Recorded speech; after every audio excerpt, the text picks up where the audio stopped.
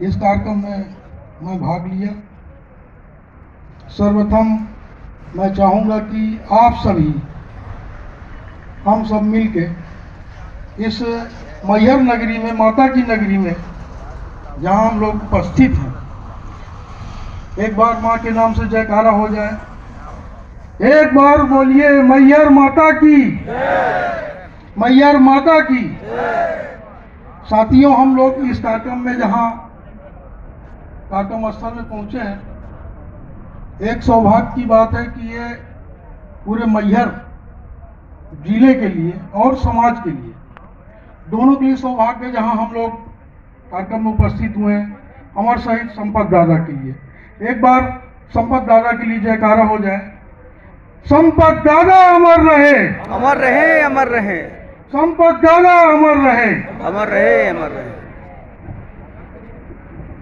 हमारे आयोजक ने बड़ी जिम्मेदारी दी है और जिम्मेदारी, अब चूंकि हमारे पूर्व वक्ता ने काफी कुछ बताया संपत दादा के बारे में, आज के कार्यक्रम में हमारे मंच में बैठे हमारी बहन रेणु शाह जी और प्रदेश अध्यक्ष हमारे हरिशंकर भाई जी, राधेश्याम आस्तोलिया जी, हमारे बीच में देवदत्त सोनी जी, और इस कार्यक्रम के कर्ता धर्ता हमारे बीरेंद्र जी, आप गोविंद सिंह पटेल जी, और इस आयोजन के मुख्य कर्ता धर्ता जो हमारे समाज के, सभी समाज के लोग हैं, सभी को, क्योंकि नाम लूंगा तो बहुत समय लग जाएगा और वक्ता बहुत सारे हैं, इसलिए समस्त मैहर में उपस्थित, इस सभा में उपस्थित सभी को मैं हाथ जोड़कर प्रणाम करता हूं। साथियों, यह घटना तो काफी पहले हुई जब हमारे समाज के शहीद संपत साहू अमर हुए, लेकिन मुझे जानकारी करीब 10-15 साल पहले मैं एक विवाह सम्मेलन में भैंसासुर जा रहा था। रास्ते में हमारे संपत दादा का स्थान पड़ता है। हम लोग बेरमा गए थे। बेरमा में हमारे समाज सेवी रामधनी साहू जी थे जो अब इस दुनिया में नहीं। उनको अपन लोग लेने गए, उनको लेके जब जा रहे थे, आगे से रास्ता था, तो उन्होंने बताया कि हमारे समाज के संपत दादा यहाँ पे शहीद हो गए थे, उनका चबूतरा यहाँ बना है। उनके बारे में जब बताया तो हमारे अंदर जिज्ञासा हुई कि चल के देखा जाए, हमारे समाज की बात है। हमने गाड़ी मुड़वाया और इस स्थान पे आए। उस समय ये स्थान एकदम जंगल टाइप का था, खंगर पूरा। आज हम लोग बैठे हैं, कितना बढ़िया बाउंड्री बना हुआ है, सब कुछ है, कुछ नहीं था साहब। उस समय की बात, एक मिट्टी का चबूतरा, इसे टीला बना हुआ था, छोटी छोटी मंदिरें बनी थी इधर उधर। हमारे साथ 18 लोग थे। हम लोगों ने यहाँ के जनता से, यहाँ के समाज से, लोगों से, फिर जो सरकारी दस्तावेज है उनसे, उस समय तहसील अध्यक्ष हमारे बाल कृष्ण साहू जी रहे, उनके सहयोग से काफी कुछ कलेक्शन इकट्ठा हुआ। और कलेक्शन के बाद जो कहानी सामने आई, संक्षेप में मैं आप लोगों के बीच में बताना चाह रहा हूं। साथियों, यहाँ से आगे कुछ दूर गढ़वा ग्राम पड़ता है, जहाँ हमारे अमर शहीद संपत साहू का जन्म स्थान है। वहाँ के गांव में हमारे वक्ता ने बताया, संपत दादा उस जमाने में जब उनका जन्म हुआ, एक संपन्न किसान के घर में थे। अपने पिता की वो इकलौती संतान थे और पढ़ने में भी तेज थे और उनके अंदर जोश भी था, समाज के प्रति, देश के प्रति सब। तो उन्होंने उस समय अपनी बाल अवस्था से ही उन्होंने मिडिल तक पढ़ाई भी की थी। उस जमाने में जब साहू समाज शिक्षित हुआ ही नहीं करता था, उस समय उन्होंने पढ़ाई की थी। और क्योंकि पहले हमारे समाज में बाल अवस्था में विवाह भी हो जाता था, उनका विवाह भी हुआ, उनकी एक पुत्री भी हुई।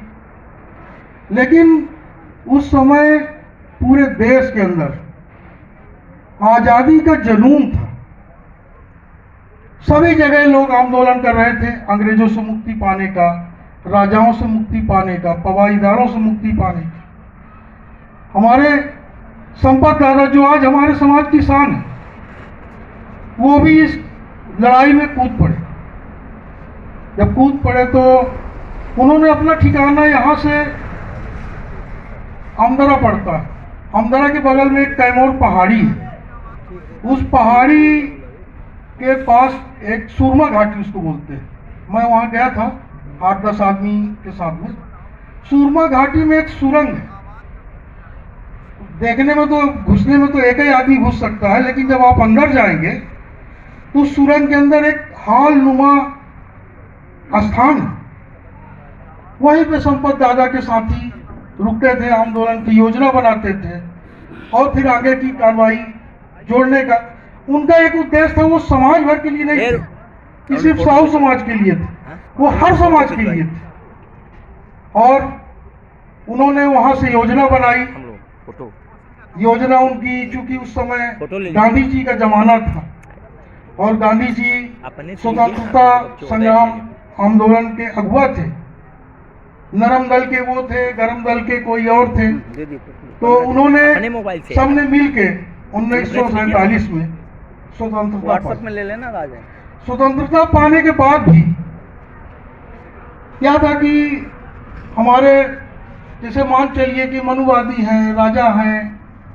अब कोई राजा है तो कैसे आपको बराबरी बैठाएगा, कैसे आपको हक देगा?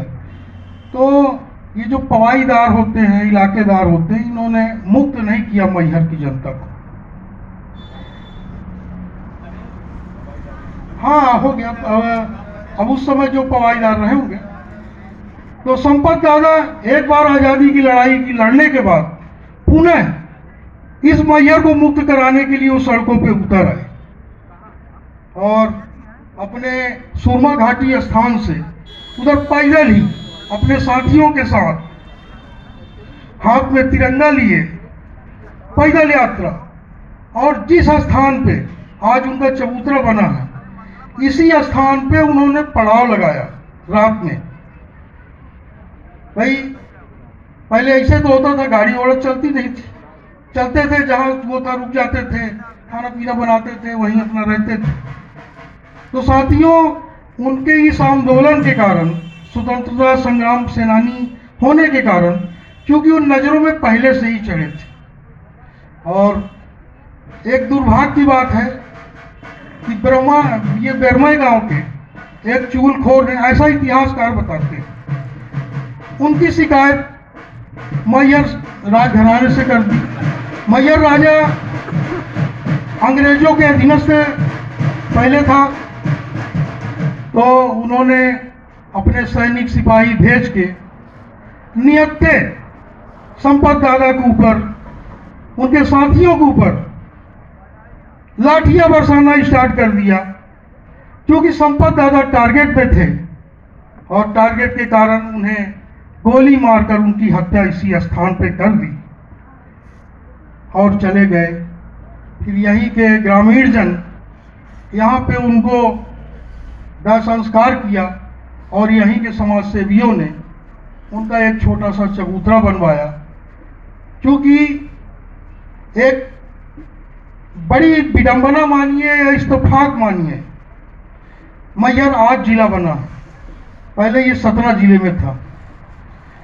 और सतना जिले के अंदर स्वतंत्रता संग्राम सेनानी बहुत सारे हैं, जिनकी लिस्ट आपको बहुत लोगों की मिलेगी, लेकिन शहीद मात्र 2 व्यक्ति हुए। एक आपके नागौद तहसील के पिथौराबाद के चौबे जी हैं और दूसरा हमारे मैहर के संपत दादा, जिनकी सूची शहीद में है। ये हमारे समाज के लिए गर्व की बात है। संपत दादा से हमको प्रेरणा लेनी चाहिए। उन्होंने इस समाज को ये बताया शिक्षित होकर कि शिक्षा कितनी जरूरी है। मनुवादियों से, इलाकेदारों से संघर्ष करके, अंग्रेजों से संघर्ष करके उन्होंने ये बताया कि ये साहू समाज डरपोक समाज नहीं, अपने में आ जाए तो बहुत कुछ कर सकता है। साथियों, उसके बाद इस स्थान को विकसित करने के लिए हमारे जिलाध्यक्ष दीपक साहू जी, उनके साथ जब हमारी बैठक हुई, चर्चा हुई, हमने कहा यार बताओ, तुम्हारे मैहर में इतना गौरवशाली इतिहास है, ये हमारे समाज के लिए गर्व की बात है, और आप कुछ नहीं कर रहे हो। कहीं नहीं भैया करेंगे। फिर हमारे गोविंद सिंह पटेल हैं, दीपक भैया हैं, कमला जी हैं, यहाँ के बहुत सारे समाज सेवी जिनको दीपक भैया सबको जानते हैं और गोविंद सिंह पटेल जी जानते हैं, मैं तो भूले भटके यहाँ आता था।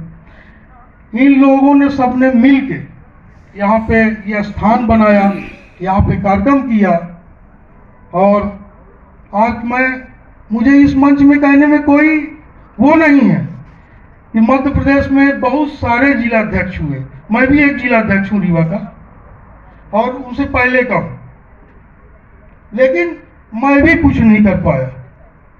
लेकिन मुझे गर्व है कि आज दीपक साहू ने मैहर को 2-2 धर्मशालाएं दिला दी। उनके मार्गदर्शक में ये स्मारक स्थल बना, और गढ़वा ग्राम में भी उनका स्थान कोई बन रहा, आपने बताया था उनको फोन का मंदिर बन रहा है, उनके जन्म स्थान में भी बन रहा है। और मैं सबसे बड़ी बात आपको बताना हूं कि हमारे मैहर की जनता जो यहाँ के रहने वाले हैं, मैं आज ये गर्व के साथ कह सकता हूं, बहन जी, आपको मध्य प्रदेश के अंदर मैहर जैसा साहू कहीं नहीं मिलेगा। ये मेरा अनुभव। सबसे ज्यादा अपने दम पे सामूहिक विवाह सम्मेलन करने वाला यह मैहर विधानसभा है। अध्यक्ष बदलते गए, कभी कोई किसी के नेतृत्व हुआ, कभी किसी के नेतृत्व हुआ, लेकिन मैहर से ज्यादा विवाह सम्मेलन किसी ने किया, क्योंकि मैं उस विवाह सम्मेलन में भाग लिया, मुझे याद है। और आज की बात देखिए, मैं अब संपत दादा से हट के कुछ बोलना चाहता हूं। आज देखिए, जो साहू समाज कभी एक साथ बैठता नहीं, एक दूसरे को पसंद नहीं करता था, आज आप देखिए ये 2-2 प्रदेश अध्यक्ष कंधे में हाथ रख के बैठे हैं। इससे बड़ी चीज क्या है? देश में की नहीं, सामने की बात करें, जो 2-2 प्रदेश अध्यक्ष बैठे और 6-6 संगठन के जिला अध्यक्ष यहाँ पे बैठे हुए हैं, अपना पूरी ताकत। ये संपत दादा की देन है, इस मैहर की जनता की देन है, और मैं मैहर की जनता को उन्हें एक बार हाथ जोड़ के प्रणाम करता हूं कि आप इसी तरीके से सर्व समाज को एक करके इस समाज को, इस जिले को, इस प्रदेश को इसी तरीके का संदेश देते रहेंगे। साथियों, हमारे बीच में बहुत सारे वक्ता हैं और वो भी अपने हिसाब से संपत दादा के विषय में बताएंगे। मैं अपनी वाणी को यहीं पे विराम देता हूं। धन्यवाद। बहुत बहुत